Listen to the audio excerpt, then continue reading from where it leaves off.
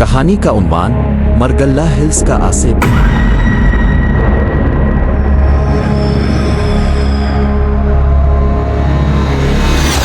ये 1991 की एक सर्द और पुरअसरार रात थी। मरगल्ला हिल्स की खूबसूरत पहाड़ियाँ जो दिन में एक दिलकश मंजर पेश करती थीं, रात की तारीकी में एक मुख्तलिफ रूप धार लेती थीं। इस्लामाबाद के एक खुशहाल खानदान के 10 भाई और 2 बहनें, जिनके वालिदैन का एक हफ्ता पहले पुरअसरार हालात में इंतकाल हो चुका था, इस सदमे से निकलने के लिए मरगल्ला हिल्स के एक मशहूर रेस्टोरेंट में जमा हुए। उनके चेहरे उदासी और उलझन में घिरे थे। वो ये नहीं जानते थे कि आज की रात उनकी जिंदगी का सबसे खौफनाक बाब बनने वाली है। किरदारों का तारुफ और पस मंजर। इमरान, सबसे बड़ा भाई, एक मजबूत और बहादुर शख्सियत, खानदान का सहारा, लेकिन वालिदैन की मौत के बाद अंदर से टूटा हुआ। फरीद, दूसरा भाई, शौख और मिजाहिया मिजाज का मालिक, लेकिन खौफ से जल्दी मगलूब हो जाता है। काशिफ और आमिर, जुड़वा भाई, दोनों हमेशा एक दूसरे का साथ देते हैं। काशिफ ज़हीन और आमिर जज्बाती है। नदीम, चौथा भाई, हकीकत पसंद और पुरअसरार कहानियों का शौकीन।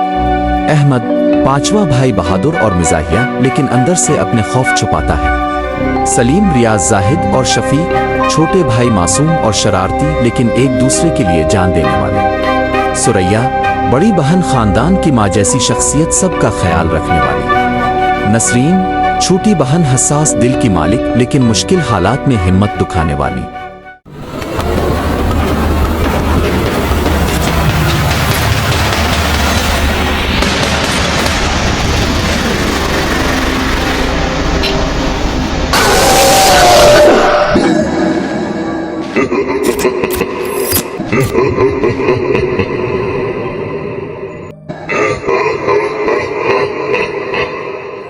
वालिदैन की मौत एक अनजान बीमारी की वजह से हुई थी और उनकी अचानक जुदाई ने पूरे खानदान को सदमे में डाल दिया था। खानदान ने एक साथ वक्त गुजारने के लिए मरगल्ला हिल्स के एक बड़े और पुराने रेस्टोरेंट में खाने का फैसला किया। रेस्टोरेंट की फिजा अजीब सी थी, जैसे हवा में कोई छपी हुई कहानी सरगोशी कर रही हो।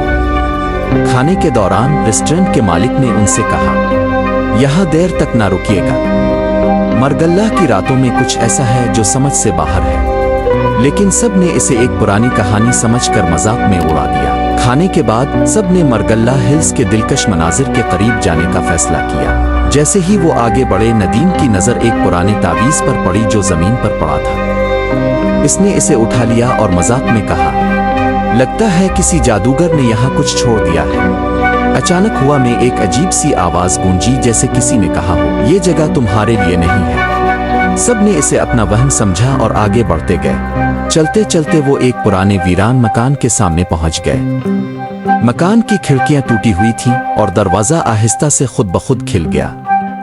इमरान ने कहा, ये सिर्फ हवा का दबाव होगा, अंदर चलते हैं।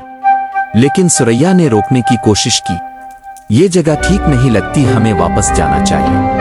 सब ने इमरान की बात मानकर अंदर जाने का फैसला किया। मकान के अंदर दाखिल होते ही उन्हें महसूस हुआ कि ये कोई आम जगह नहीं है। दीवारों पर पुराने खून के निशान थे और कमरे के कोने में एक अजीब सा मुजस्समा था जो उन्हें देख रहा था। नदीम ने तावीज को गौर से देखा और इस पर कुछ पुरअसरार इबारत पड़ी जो इसे समझ नहीं आ रही थी। अचानक मुजस्समे ने हरकत करना शुरू कर दी। इमरान ने सबको पुरसुकून रहने की कोशिश की, लेकिन इसकी आवाज कांप रही थी।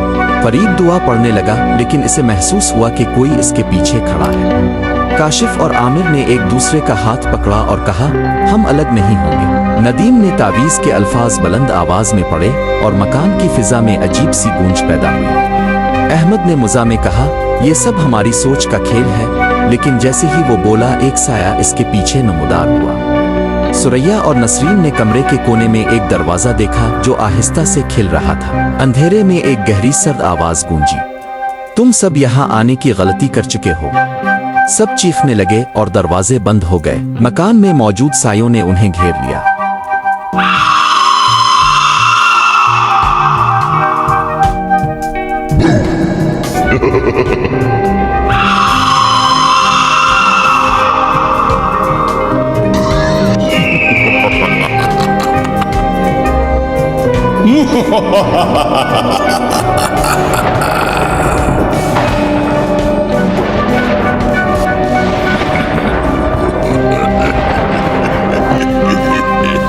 अगली सुबह रेस्टोरेंट का मालिक और पुलिस वहां पहुंचे, लेकिन मकान खाली था। खानदान का कोई फर्द कभी नहीं मिला, लेकिन नदीम का तावीज़ वही जमीन पर पड़ा था जिस पर खून से लिखा था। आज भी लोग मरगल्ला हिल्स पर अजीब आवाजें और साए देखने का दावा करते हैं। क्या वो खानदान वाकई खत्म हो गया, वो किसी और दुनिया में कैद है? ये राज आज भी हल तलब है।